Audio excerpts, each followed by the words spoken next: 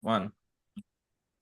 Hello and welcome to the Breaking Free podcast. I'm your host, Nathan Francis. Today, very grateful, very humble, and very happy to have Jane Rhoda back on the show. I guess it's been nearly 3 years now. It's been a long time since we've crossed paths again for a chat, Jane. Jane, for those that don't know, my new listeners and new viewers, Jane is a holistic sex relationships coach. She's also an author, public speaker, and as I said to her off air, all-around legend. Jane, welcome back.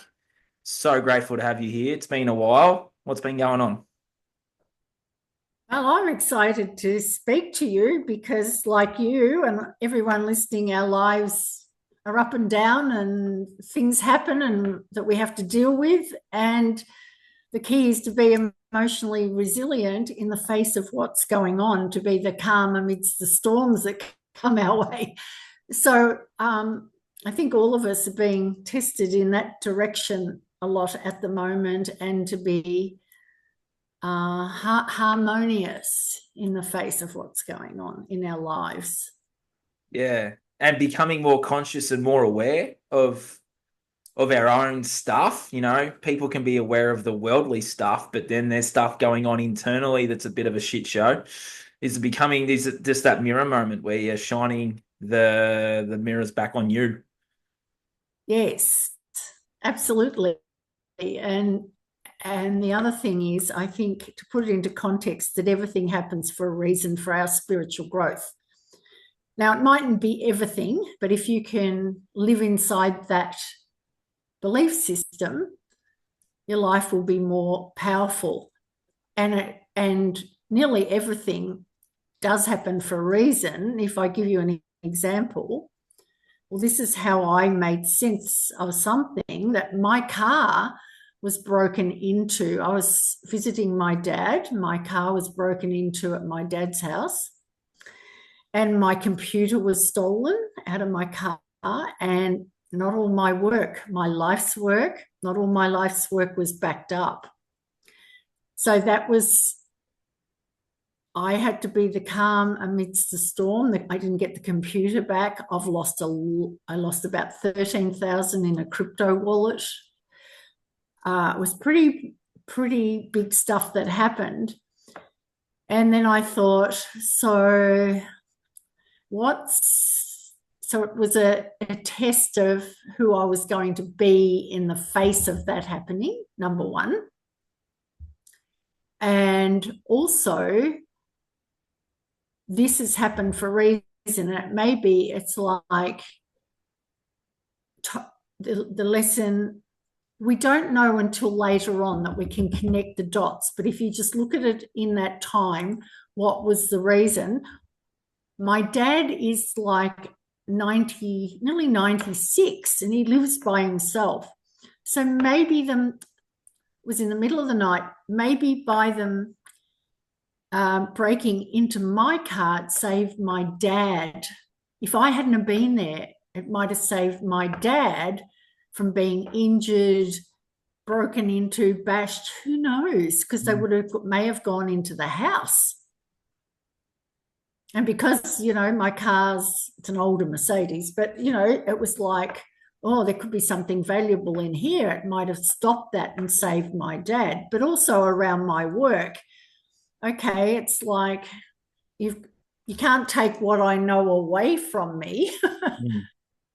And also, maybe it's a time to create a new phase in my life and recreate a lot of things. So even the worst of things, you can be calm in that storm when you take it to that other level. Anyway, that's just an example. It's a very good example, because a lot of people have stuff going on, but they allow it to, stress and worry and anger and blame. Your perception, Yes, your perspective was very good there, Jane. because most people, and I could see I had a choice. I can go, although I didn't really go into that much because I've trained myself a lot, because it's a practice, as you know. We have to practice these things until it's like we automatically drive a car, It's just it's automatic. So when we practice these things, we automatically go into this space rather than going, oh, those bastards, those assholes, it's not fair, damn it, this is going to really this is going to mess up my life for a few months, and why does this happen? It's not fair. I mean, how does that serve me? Well, it And doesn't. yes, that doesn't make it right that those guys, well, I'm saying guys, could have been a girl as well with them, right? It's interesting how we go to guys, don't we? Yes. Yes. Because statistically, it's men that are more likely to commit crime. And why is that? It's an interesting question. Why do you think? I think it's to do with the programming, the movies, the TV shows, family homes. These little boys just want attention. And the violence in the video, Games when they grow up. Yeah. And also guys, teenage boys are more inclined towards drug addiction, alcohol addiction. They've got a more addictive personality. They're more inclined. So they can go off track more easily and commit crimes when you're under drugs and alcohol, obviously, and things like that. And also in today's society, I think, Nathan, because you're the one speaking about this, there's not a lot of authentic male role models.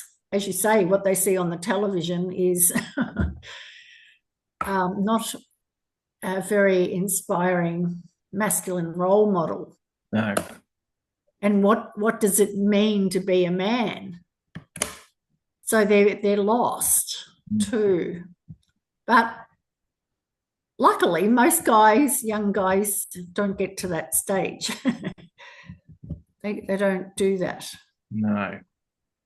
But for the percentage that do, it is often more guys in the jails.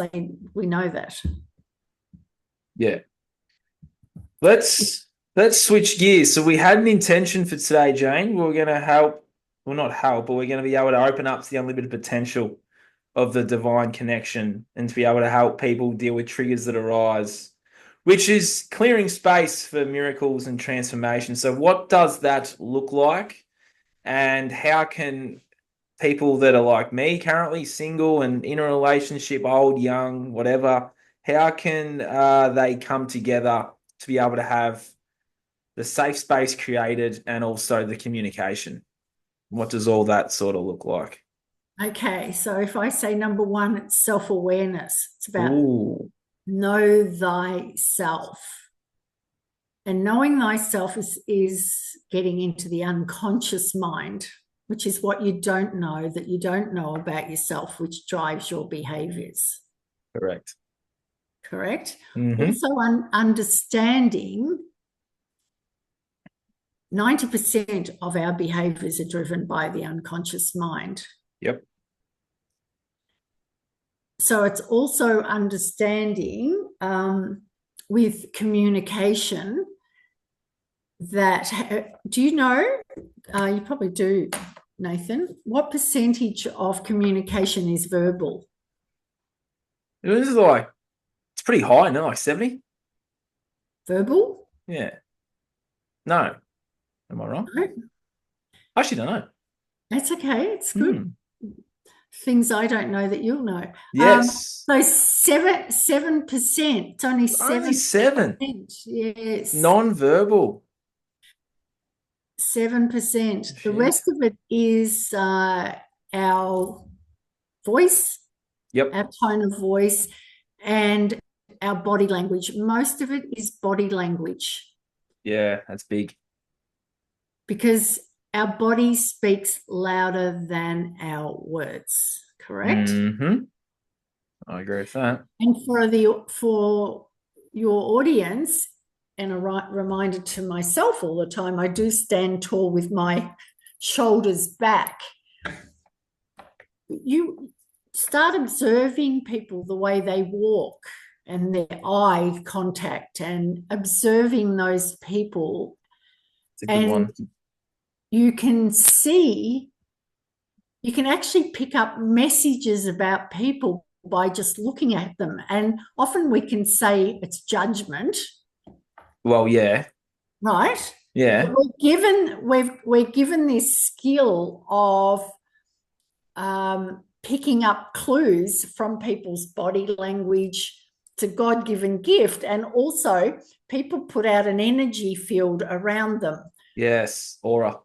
An aura. And start looking at people that you know. They're putting out a message. What are people putting out in their aura and in their body language? Oh, I'm scared. You know, That's the big one. You see people with masks on too, and their eyes, and sometimes they're hunched over, and you look at them and you think they're terrified. Their eyes, their whole demeanor, the way people dress, even you could say dress is judgment or whatever. But everything we put out a message. It's like I say to young women that here we go. The feminists scream at me, but if you're walking around, like even women my age, if you're walking around with going out, you know, to see bands or whatever, with super really short skirt and your breasts hanging out, like what's the message you're putting out to men? Go on, Jane. What is the message they're putting out to men? What is it? Tell me. They're putting out a message that I want to impress you with my body. And men, I believe, pick it up as she's up for sex. I 100% agree with you on that one. Because I used to be that guy that was hook, line, sinker. And sometimes women don't realize, they think they're just looking sexy and pretty for the guys. Because I know when I grew up, I'm older, but I grew up in the miniskirt era where the skirts were really short, really, really short. We didn't hang our boobs out as well, but the skirts were really, really short. And I know never in a million years did I think that was a message to guys I was putting out a message of, I want to have sex with you. I'm gonna play devil's advocate here. Yeah. And I'm gonna pretend to be a feminist for you, Jane, because I just, you know, I've got a question and because they'll listen, some will listen. Just let me clarify. Are you saying women should cover up, Jane? Is that what you're saying? No, we don't need to be like a Muslim with our burqa and everything on. No. But what's the balance here? You can be sexy and modest. That's true. In fact, it's actually... You're saying it's more of an ego thing? It's a mystery. It becomes mysterious. It's like what guys can't see can be mysterious, but you can wear clothes that show the shape of your body and cling to your body, but cover you, that are modest and fashionable, all that. The difference is, like, it's horrifying to me when I'm on trams or I'm walking behind girls and they've actually got their knickers showing and their ass sticking out. I'm thinking it's so lack of self-respect, and I do blame porn a lot for that. It's like girls think they've got to be like a porn star or something, or got to be sexy to be loved. But it's also on their reality TV shows, because they're all walking around in skimpy clothes on those reality TV shows as well. Absolutely. Yeah. And the movies and even these young girls that are their pop stars, right? Like this Sabrina Carpenter and some of these people, like they're doing all this shit now. Like they want to be like them because they're handing that's like an external thing that they're like, they want to be like that person on the TV rather than just be themselves. That's right. Then I feel like it's pretending to be someone that they're not. That's right. And trying to get boys too. Be loved through being sexy rather than being who they are, or Correct. being, Like we've all been there. of course, I was there. of course. And it's a really interesting distinction. And one of the issues that comes up in the dating area Here we go. is that, because I train in guys and girls, is the worst thing you can do if you're looking for a relationship, but even if you're not, is just to be aware, is not to rush into sex. Yeah. Because Yeah. I like that. Because the girl, you're not creating a safe space to get to know somebody. You've actually clouded the space. You've clouded the space because you've created a sexual energy hook with that person. And if you've got chemistry, you've got, I call it fuck fog, right?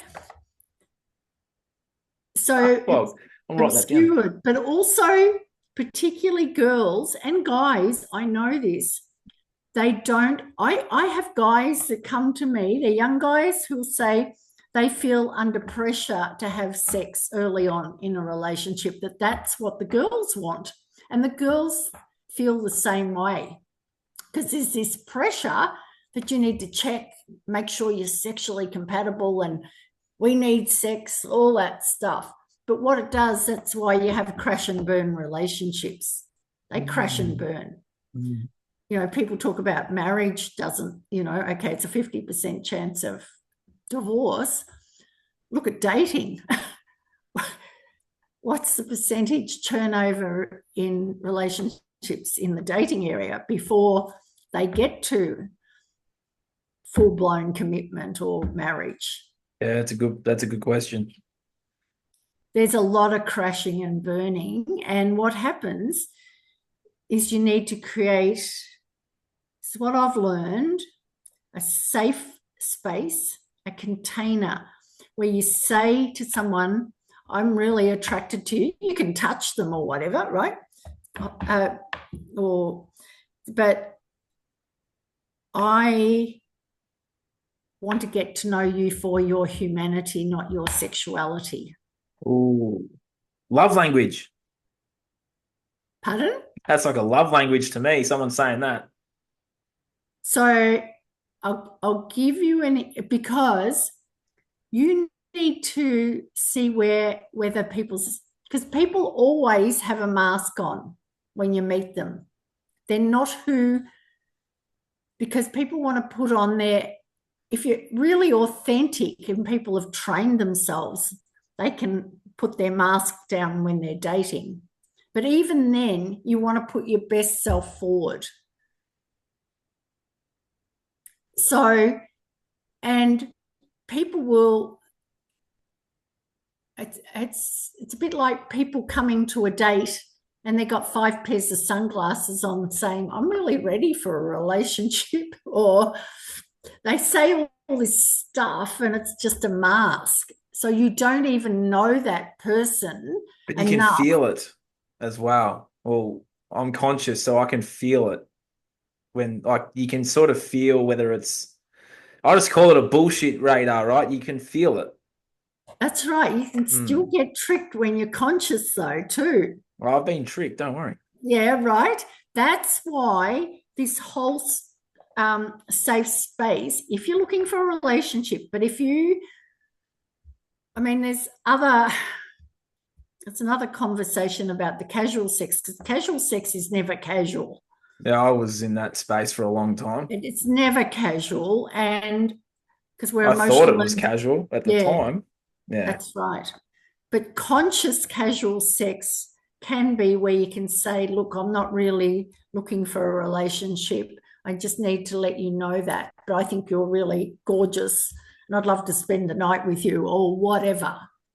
If you're open to that, but you've got to make sure and what will happen sometimes is that girls, let's say from a guy's perspective, girls will go for that thinking if he sleeps with me, he'll want more. interesting. Because Truth I'm bomb. not saying all girls, No. but in the female evolutionary DNA, we are designed to want a guy to come back. Interesting. And it can make a woman feel used even if she agrees to it. That makes sense. I just wanted to circle back to a couple of things you said there.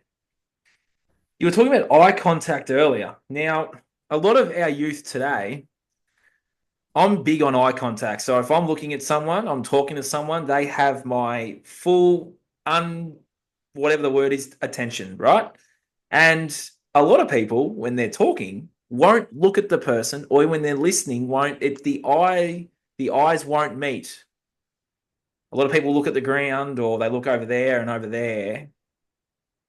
What is that about? Because you mentioned it before, and a lot of our younger people and some of our older people, I have conversations with people a lot. Not many, I guess, are staring me back in the eyes. They're looking elsewhere. What's going on there? What's your perspective in terms of relationships and just general? So I'm going to say a profound statement. Here we go. Who you think you're talking to is not who you think you're talking to most of the time. Okay. Interesting. Do So who am I? So who am I talking to? Who do you think you're talking to? Myself? Like, so when people are more conscious and they're more authentic and aware, they've done the work on themselves, they're more present, so they can look you in the eye. And some people naturally can do that better. I found that too, yes. It's about being present. Mm. But most people, when you're speaking to them, aren't present. I'll give you an example. Like, even for me, I became conscious of this the other night.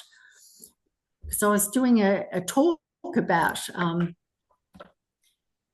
how to deal with upsets and triggers. I did a talk about it. And when I got there, I actually put this in my talk, but I should have given the example of what happened to me when I arrived at that venue, because there was a couple of people speaking to me, but I wasn't actually there. I wasn't there. I was, in my head, I'm thinking, I really don't want to speak to somebody right now because I want to be present for my talk. Mm. I want to center myself from my talk. So this person was talking to me and I was conscious I wasn't really listening. I was conscious of that, but that's what goes on. And I ended up saying, oh, sorry, I'm going to have to go out into another room because I need to get present to what I'm speaking about. But that was a classic example of I interacted with a couple of people, but I wasn't there. Yeah. I wasn't there. And, I was at a party the other night, and one of the ladies, we were having a conversation about a couple of deeper topics, and it ended up, she got really angry and triggered.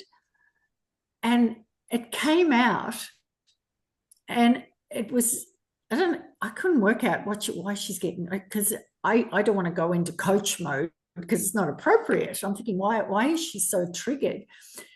And it turned out that what's going on for her, she's really concerned about her health. She's not well. And she's concerned about her relationship. It's not working very well. Interesting. And there'll be other stuff going on in the background, but she's making it being triggered about the conversation that we're having. It wasn't about the conversation you were having, though, was it?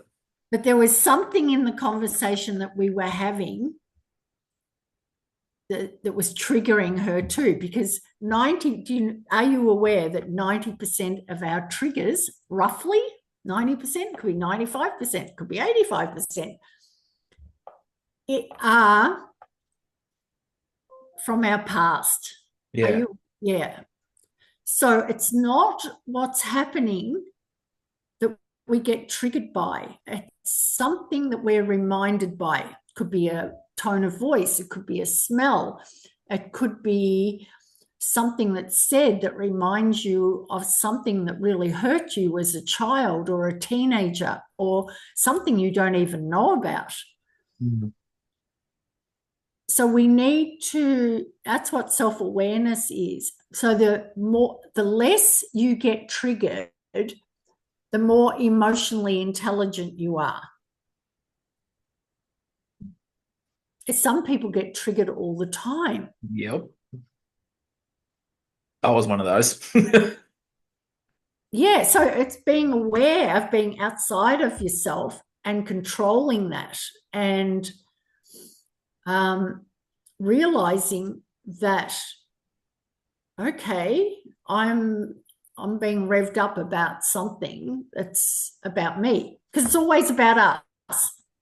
It's always about us.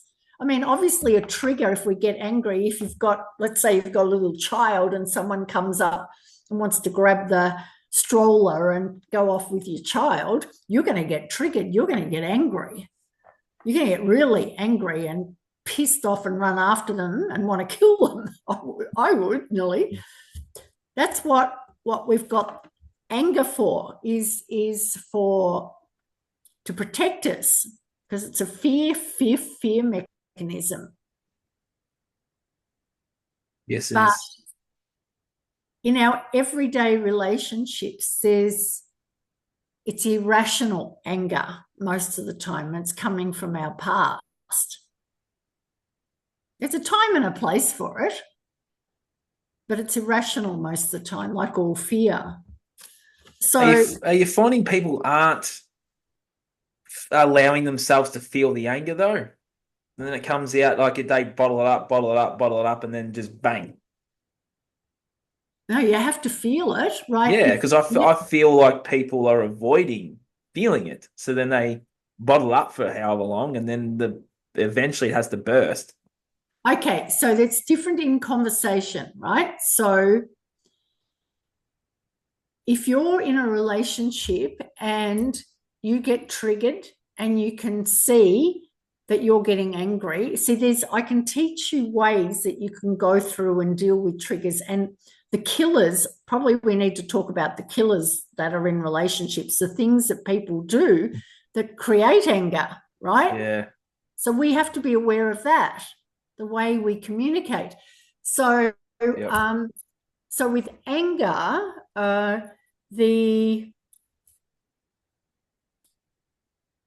you can say to somebody, hey, I'm feeling really triggered at the moment. I'm feeling really upset. I just need to go for a run around the block or whatever. But you've got to come back. You've got to say, let's talk about this tonight, or let's sort this out later. You can't go away and just leave it. But also you've got to be aware that that anger in your body is a high chance it's reminding you of something that your mum or your dad said, or your brother when you were young, or something, and it's not about the other person. That's where you take responsibility.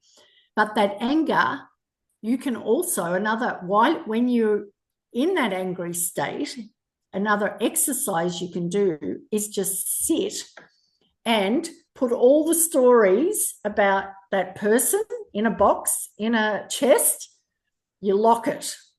The stories like, that's not fair, they said that. They shouldn't have called me that. It's their fault. They did this, they did that, right? The blame game, or everything that you think, put it in a chest, lock it up, and just sit with the feeling in your body.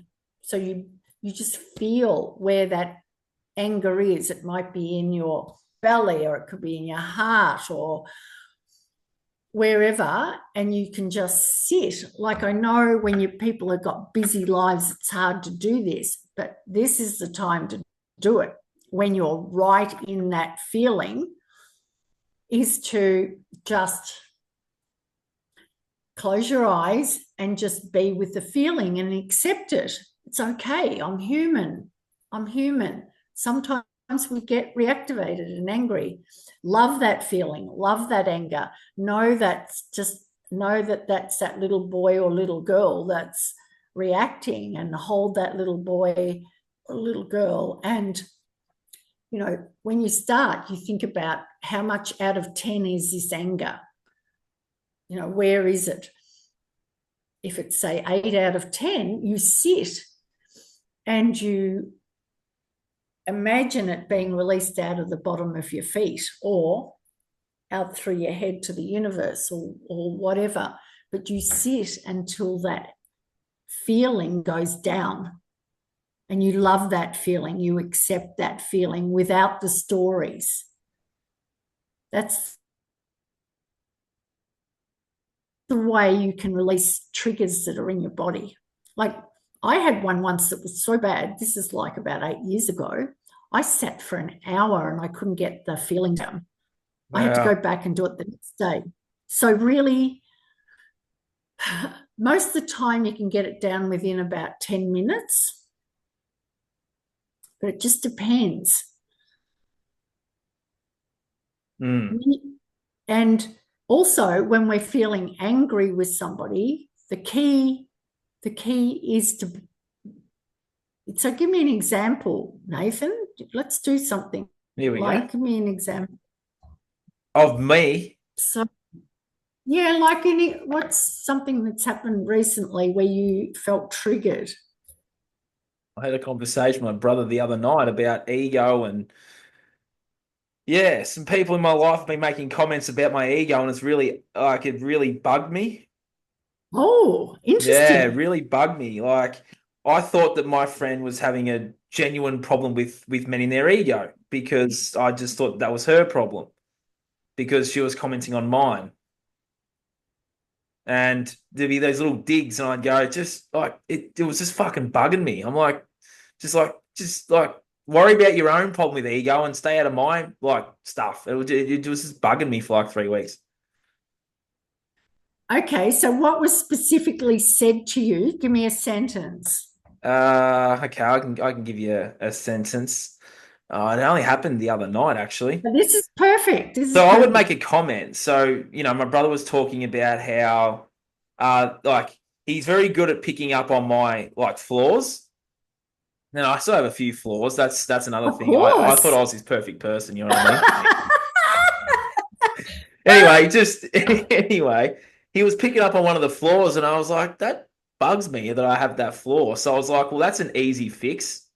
And then my friend's like, oh, that was an ego comment. I was like, well, no, it is an easy fix. And then my brother's like, well, if it was an easy fix, you would have already fixed it. And I was like, oh, my fucking God. Okay, so. And I was like, getting that feeling. I was like, you know what? You bastards. Right. Okay. So the key is to go with it. We won't get angry if we go with things.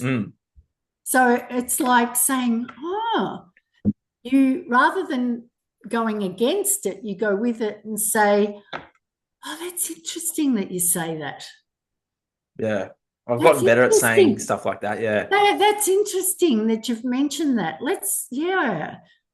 I need to explore that more. And you can go back to them. How do you see it? Like, tell me more how you are seeing me in relation to this. So then you're learning and you're allowing that dance of conversation. Yeah. And they feel heard.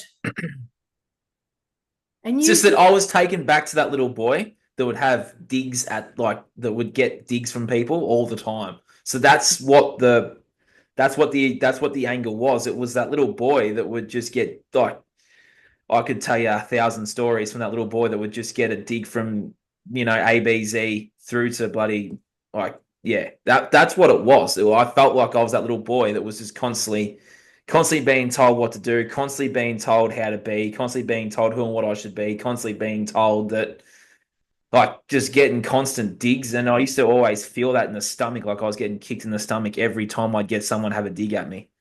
That's what it brought up. Okay. Yeah. So we're going deep here. So you have you have seen that as criticism rather than Yes, contribution. correct. So I'd always feel like I was being not attacked, but being maybe attacked. We'll go with that. Okay, Came so out for a reason. yeah.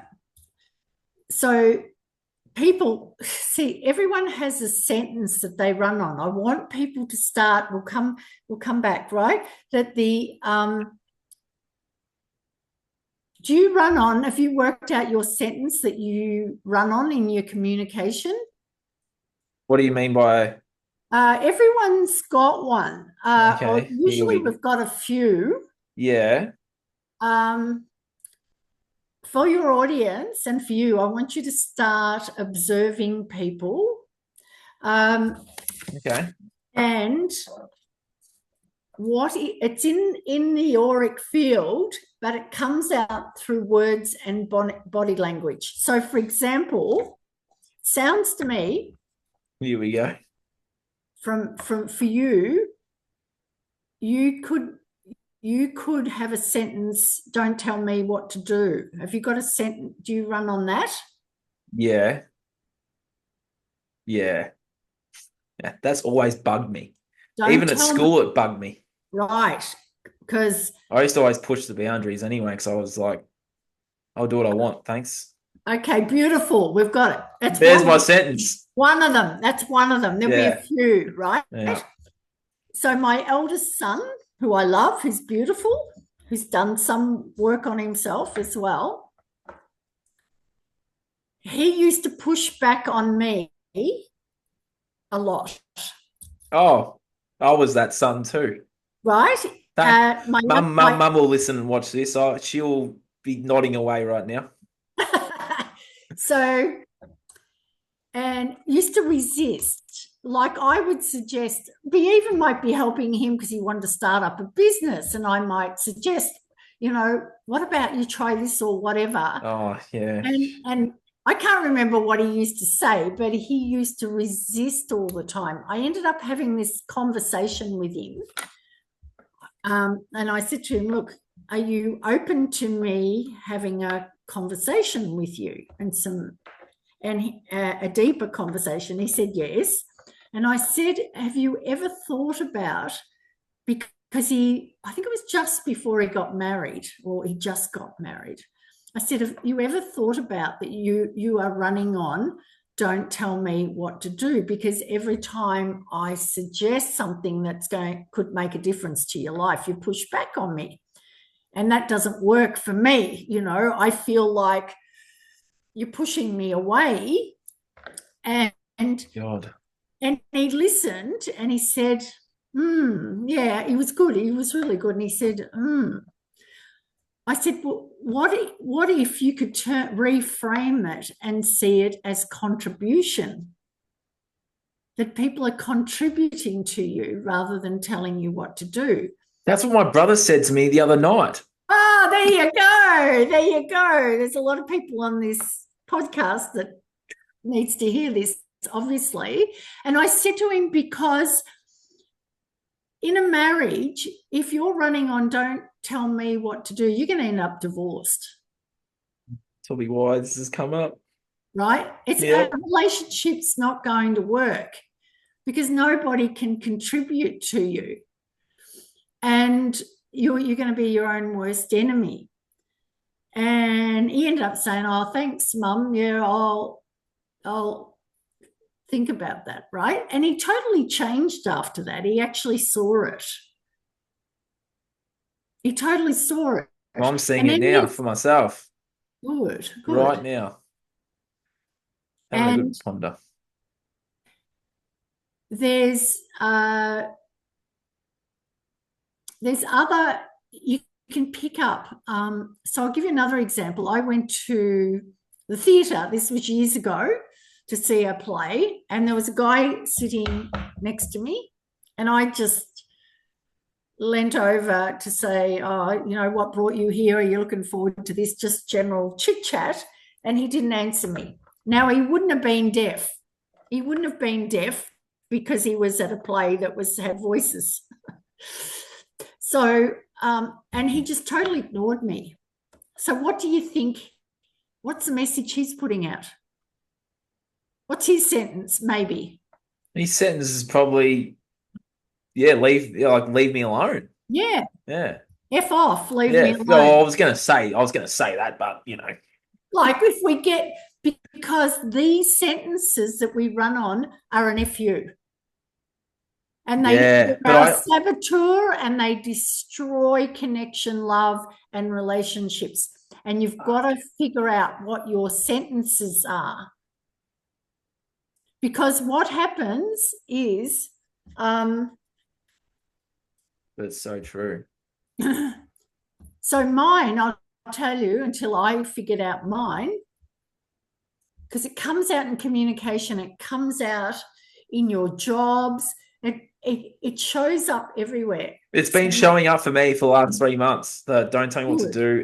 Like I'm just sitting here going, oh, every like moment, like there's so many. And then obviously the weekend was like this big thing. And then Tuesday night, my brother said the exact same thing you said. And it's just the timing of our interview. You can't make this shit up, Jane. I love it. Oh my goodness. Ah, But it's so true, when you said I felt it here, like here, solar plexus area. in your gut, yeah. Yeah. Mine was years ago until I got present and transformed mine. It's always still going to lurk in the background a bit because it's been there for so long. We'll circle back to a thing you said there. It'll want to rear its ugly head even when you're aware of it. Mine was value me, or I'll tell you what I think, or I'll cut you out of my life if I got down to what it really was. Wow. How charming is that? That's very charming. So That's as charming as don't tell me what to do. It is that don't tell me what to do, or what do you do? Or what do you do afterwards? The complete opposite. Or I'll do the resist. opposite. Yeah. Or I'll resist and do the opposite. And you go into FU, I'll do the opposite. Yeah, I go, yeah, you go into that FU. It's like an FU negative energy of whatever. I'll just do the opposite of what you say. Yeah. But I have that relationship with the government too. So yes. There's a time and a place. I think that's warranted. There's a time and a place for it, right? Yeah. But it's showed up in my personal life as that school child, that son. My mum will listen and watch this and she'll just be like, I can see her right now just nodding away going, I was that resistant son. I was that resistant. I was always pushing back on mum, and she'd openly admit that now too. Because we call it the saboteur. So I call it your communication character. Correct. But how does one integrate and transform that? Because you used that word before. So you have to be aware, find it. Number one, you've got to find. I've already found it. A few sentences there. Find what it is. Be aware that it's driving you. In the past, it's been driving you. You haven't been driving it. Correct. So you need to be in control of it not in control of you. Yeah, no, that's spot on. Write that down. Anyone listening and watching out there, don't let it drive you. Let you drive it. Big one. Another common one is probably something to do with me again. Unconsciously can feel not good enough and a failure from various things that have happened. I've had that in my life too. Or maybe, mum and dad expected you to have high grades, or they'd say, oh, well, you got that grade because you didn't study hard enough, or that's a big one. Concentrate, or they criticize it. Yeah. So you create this story that you're a failure or a loser, or you're dumb, or you're stupid, or whatever. That's a big one out there. I'll work with a lot of youth to help them unpack and integrate that story. That's a common one out there even today. So what happens is the the communication pattern around that is you go into F you, I'll prove to you. Yeah, fuck, I'll that's mine prove to too. you I'm not a failure. I'll prove to you I'm not a loser. I feel like I've been trying to prove people wrong my entire life. And it's not just people. I stand in the mirror and it's like I had this conversation where I'm trying to prove myself wrong. So you've unpacked something again there with me and probably everyone else listening and watching. I'm always at a constant UVU battle with proving to myself that I can do something or learn something or be that next level up. It's always a battle within me. But I've always felt like I've tried to prove everyone wrong in my life. Yes. And that's the saboteur. Yeah, And yeah. that's what will sabotage. You've told me before we came on here, you're ready for a mutually fulfilling relationship. Oh So, no. so You're this, probably thinking to yourself now, oh, Nate's got a. no, you've done a lot of work on yourself. You're amazing. However, the communication pattern, we have to be aware of this. But All that's of what's it. come up for me since I set that intention of what I wanted and how I wanted to show up and all those things that I did in the last few months. This has been the thing that's shown up the most is my communication. I'm just going to come out and say it. It's been the biggest thing for me is like everything in every aspect of my life. It's been communication through business, through even organizing a podcast interview with other people, like communication. And it's showing up like slap style in the face for me, like things do. Because I've let it fester for too long. So then it's like a turkey slap for me straight in the face. Like, yes, and even our body language with people, they pick up. You might say one thing, this is where we need to be authentic and truthful and Yeah. say things in a way that's caring, but be honest. Our body language will tell people when we're not being authentic. 100%. Most people pick that up Kids are very unconsciously. good at picking that up. I work with kids a lot. They're very good at picking that up. They put me back in my Yes. box quite a lot, actually. Yes. So, this thing, and I think men tend to do I'm just generalizing, and boys and more than women tend to be more wanting to get their relationships right. They're all about relationships. Men are often about their work, being successful at work, and performing financially and sexually. Is that Yep. correct? I would say Yeah. that's very much 100% bang on.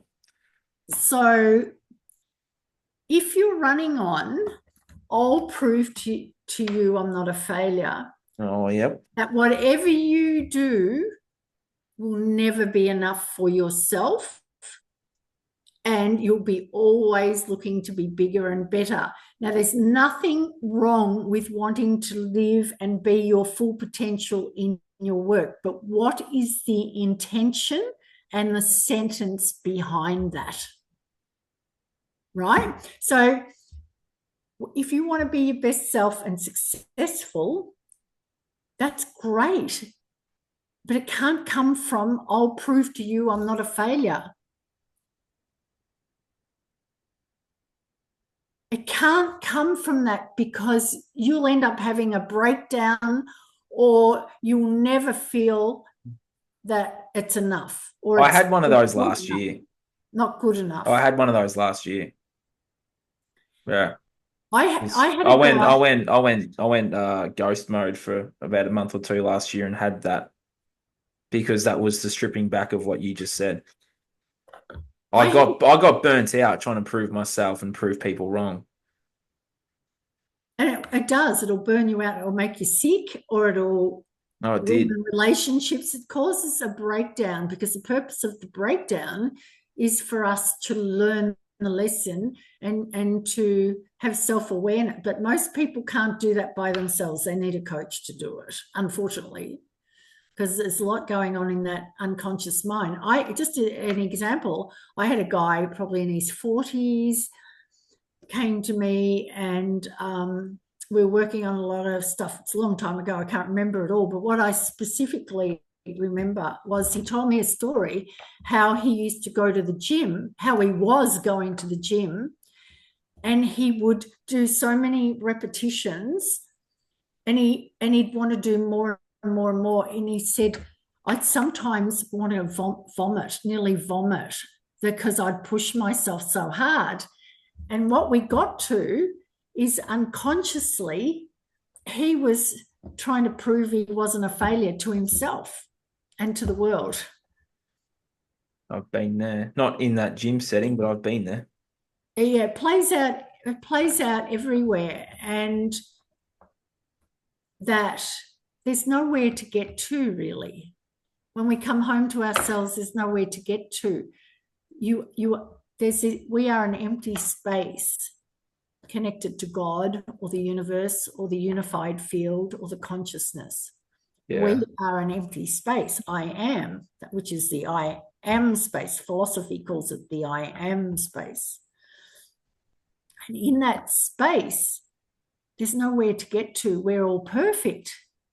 It's only the mind that the negative unconscious mind from the past that drives us into suffering. Yeah. For me, it was changing my intention of what I'm doing. And it was changing the intention that I'm doing this for me and for others to fulfill my mission here. That's what I reminded myself in about June of last year. That's right. And the authentic self it's because this isn't others. just about me. Correct. And we have to realize every person and interaction we have with a person, and I'll add sexual contact as well, it has a ripple effect out onto that person, makes a difference or to their life or their feelings about themselves or their day, or it has everything we do has a ripple effect out into the universe and out into that energy and out into our energy field. I dropped a bag of groceries not long ago outside the supermarket, and this beautiful young guy, I'd say he was in his late 20s or something, came racing up to me, and he said, "Oh, I'll help you," because I saw it on the road. I said, "Oh, you're amazing. You're extraordinary. Thank you so much. You're my knight in shining armor coming up to help me." He said, "I wish all women would think that." Oh. Right. And I said, "Keep doing it." I said, "Okay, even if some women say no to you opening the door or saying, 'I'm all right, I don't need help,' keep doing what you're doing, because there's women like me that will be grateful for it. Don't give up." And he acknowledged me for acknowledging him. So he made a difference to me and I made a difference to him in that exchange. So, I mean, that's a great way for men to meet women, but you've got to do it with the right intention. You don't do those things to meet women. You do it with the intention of making a difference. And along with that journey, you may happen to meet somebody. Can you see the distinction of the intention? I can see the distinction. And that's the thing that grounds me, is that I'm making a difference. Yeah. You just grounded me there. And also, if in life, if we're a person that's open to chatting to people, like in the supermarket or in the cash register, where you can comment, if somebody looks nice, a woman or a man, or I think they look, their hair, they've got a nice tie on, or the woman's got a beautiful dress on, or the child, look at the smile on this child, or whatever. I make comments, right? So people around you are like, people observe and they see that. So you are shining a light out of openness out into the world. And if you go out places and you're like that, that you're not just going to find a partner, you're going to actually be a light in the space, and you may or you may not meet somebody. That's right. And if you meet somebody, it doesn't mean to say that they're in alignment with you or right for you anyway. Like 90% of people you're going to meet are going to be wrong for you, probably 95%. So people get down because, oh, I've met somebody and they weren't in alignment with me, or I've met so many Fucking people. been there. It's a numbers game, right? It's a numbers game, but we have to be, we've got to know that everything that we need is inside of us. Because if we're not happy being single, the studies, it's well known, if you're not fulfilled is the word, not happy, because happiness, people want happiness externally, but if we're not fulfilled within, we will never be fulfilled in a relationship. Yep. But the communication pattern is a really important one. It's just, I wrote a few down here. Hang on. It's sort of sick.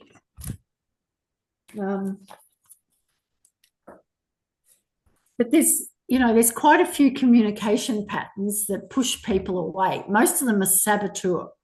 They sabotage us. Mm-hmm. Can I go through the killers in communication? Yes, let's go through the killers in communication. This is going to be another eye-opening one for me, I think. So you can put 2 columns, write 2 columns down. I suggest everyone write this down. Remember it. It's a really amazing learning. Hang on, I need to get my journal out here. Got stuff everywhere going on. Yes, let's go through the killers of communication, and then we can probably wrap this awesome conversation up. I need to go back and listen to this again. Oh, gosh, that went quick. Didn't it? No, it's when you're sort of in this space having a good conversation like this, I'm guessing the audience will be the same. It's really been nearly an hour. Yeah, it has been nearly an hour. My goodness. I thought we were about half an hour. I've just realized. Okay, I'll say on the left-hand side, the killers, that this is scientific. The Gottmans have had a lab where they've actually worked out, and they've followed couples for years and years and years, and they've worked out what totally destroys relationship and the chance of its survival. And what is that? These are the killers. All right, let's go. Right. So if you're defensive when somebody says something to you, now obviously there's other things that we've talked about. You need to be self-aware and everything. And you need to be trustworthy in a relationship. You can't be cheating, all those things. This is separate. This is communication. Defensiveness, which is when somebody might say to you, hey, I thought you were going to put the rubbish out tonight and you haven't done it, right? And you go, but I did it last week. Oh, but, yeah. Yeah. You don't have to talk to me like that.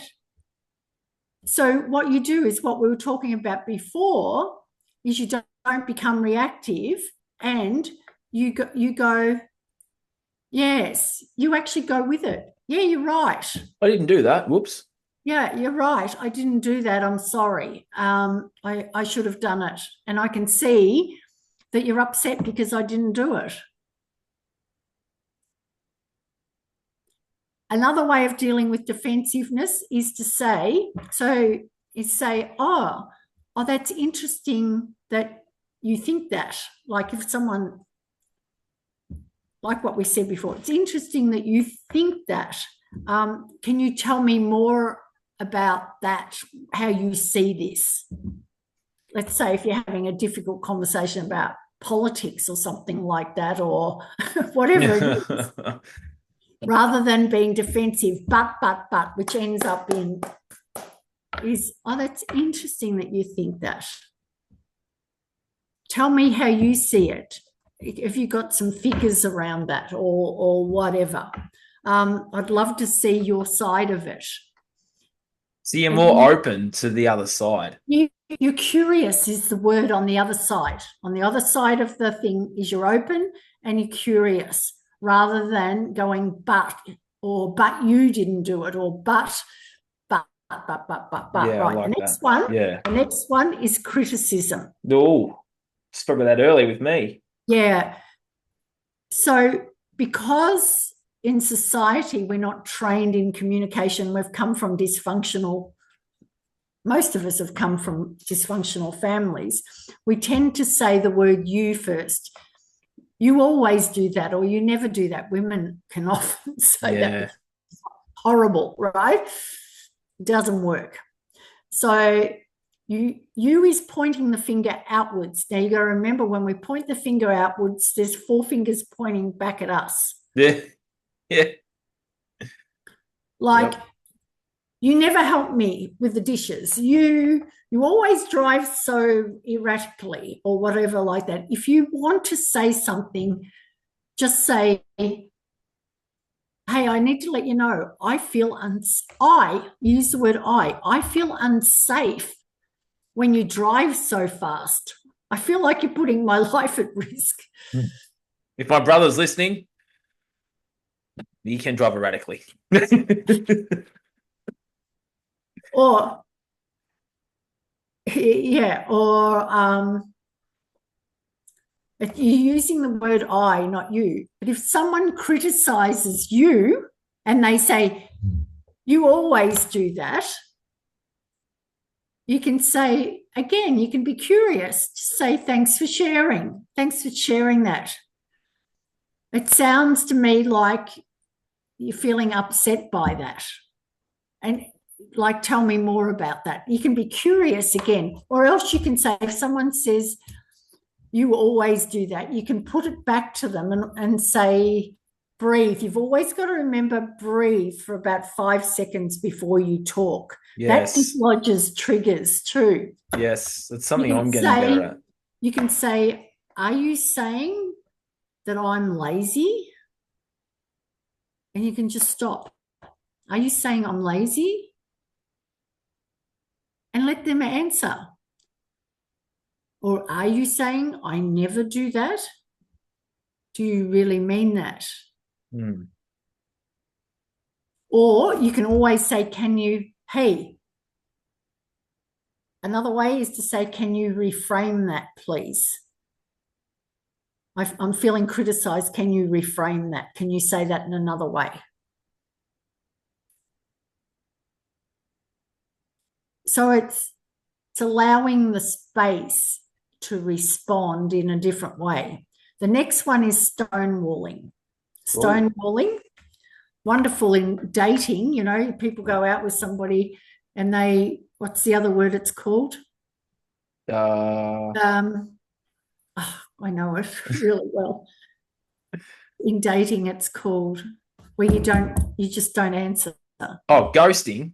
Ghosting. Yeah, ghosting. So stonewalling's like ghosting, and it's no communication is the nastiest form of communication, or one of them.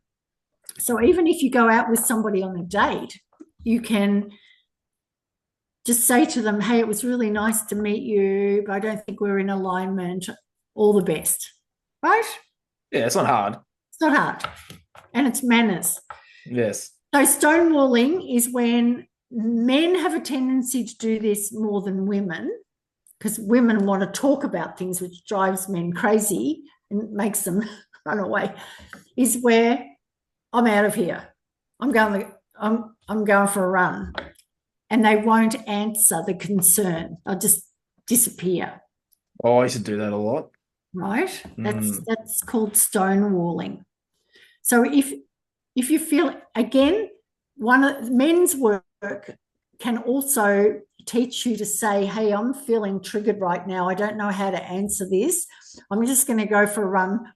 We'll come back and we'll talk about it later. So it has to be done within 24 hours. Otherwise, you'll drive your partner absolutely crazy, or somebody crazy. And what a lot of people do is it gets buried under the rug and it gets bigger than being and bigger and bigger. Yeah, yeah. Yep. because issues aren't resolved. No. And then they come up down the road, but then all the other ones come up down the road and it's this big thing when it doesn't really need to be that big thing because things weren't addressed is why it's the big thing. Correct? Yes. The other Correct. key for men in particular is because I don't like emotion. It's harder for guys. And Emotion why actually, well, harder that's another conversation, another harder for time. guys to deal with. Not it's that men are emotional creatures, but dealing with emotion and conversation is harder for men. Can be. So is to the men's work often is to for men to learn to stay in a woman's storm and not to leave. Ooh. Stay in a storm is another technique, or to do the other one where you say, I'm just feeling triggered right now and I'll come back. But you just let the woman vent. It's like just listen. And then give her say, come here, and give her a hug or whatever. Or ask her what she needs at the end. Don't try and fix it. And don't be triggered. Anyway, then last one, be quick, is sorry, Nathan. The last one, so much stuff we can talk about. I know. We nearly unpacked men's emotion, why that is, but that's another conversation for another time. The last one is contempt, where somebody undermines your character. It's character assassination. Yeah. So they'll call you fucking asshole, or excuse my French, or whatever. No, I've been called that a lot in my life. Or you're a piece of crap, or you don't know what you don't know what you're talking about. All that stuff is really undermining. And again, you can say, hey, that doesn't work for me. Can you reframe that? Or can you say that in another way? But you have to breathe and not get triggered and be calm. Because the more calm you are, the more you go with it. It just passes by and the other person can't do anything with it. But you also have to be aware you can't be saying and doing things like that to people. That's going to screw your life up if you're going to call people names or put them down in public or in your personal life. It doesn't work. No, it doesn't. And I've had both ends of the spectrum in my life over the years, even just starting this podcast and speaking about what I speak about, I get that stuff quite regularly. But, it's never in person though. It's always over a screen though, right? Yes. People can be super nasty behind a computer. So I come and say it to my face. It's like you won't because I'll bloody knock your lights out. Yeah, and another way is you just ignore it because it's Yeah. online and it does. Oh, I always ignore them. I never respond. Yeah. Sometimes people that are friends with me or passing by the post will respond. It'll be this big thing. I'll just like a couple of comments and I'm out of there. It's like if it's like I have the power to choose to respond to what I respond to. If a person's genuinely being open and wants to know my side, I'll respond. But if it's just a nasty comment, they can just sit there. Their friends of friends are seeing it. So if it impacts their friends of friends, my job's done. That's how I view it now. Yeah, it's not what the key is. It's not what happens to us. It's how we respond to what happens to us. I used to sit there and respond. I used to sit there and delete comments and delete the person. It's like, well, why do that? Just fucking let the comments sit there. It doesn't bother me. Yes, yeah. And again, we can say, oh, thanks for sharing that. Yeah, exactly. And just be with it. It's okay. Thanks for the comment because now more people are seeing the post or the video. So comment away, positive, negative, whatever. It doesn't worry me. They say negative advertising's good for your views, right? Exactly. And it says more about that person. When somebody's being nasty to you, it says more about them. Yeah, I agree. You've got to remember that. I've had people be nasty to me all the time. It's people are kind, people are nasty. It's just that balance, I guess. Yes, yeah. Anyway, thank you so much for the Thank you, Jane. If there is something to wrap all this up with, you've given my viewers and listeners and myself a lot to ponder today, as you did last time, which is probably why it took 3 years to get you back on because it was a 3-year ponder. Was it 3 years? Almost. 3 years? Oh my goodness me. Anyway, I remember it was a really hot day. And anyway, if there's something for my listeners that are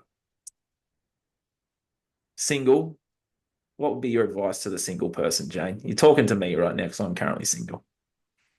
Become the person you want to be with. Become the man. Become the lover you're looking for. Ooh, that's a good way to finish. Yeah. Jane, thank you for your time for my audience and my viewers. I have had a few emails about when you're getting Jane back on, so it's good to have you back on. And yeah, we're not going to wait 2 years. I think we need to do another one in the next few months again. And you seem to have come back into my life at the right time. So I've set some intentions, and here's Jane. You're a legend, So are you, Nathan. Jane. I I love acknowledge the your work you're work doing. for young people. It's amazing. Thank you Okay. very much for your time for my audience. Have a wonderful week and day. And when I see you next, bye. Bye. See you guys. Breaking Free Bye. podcast is done.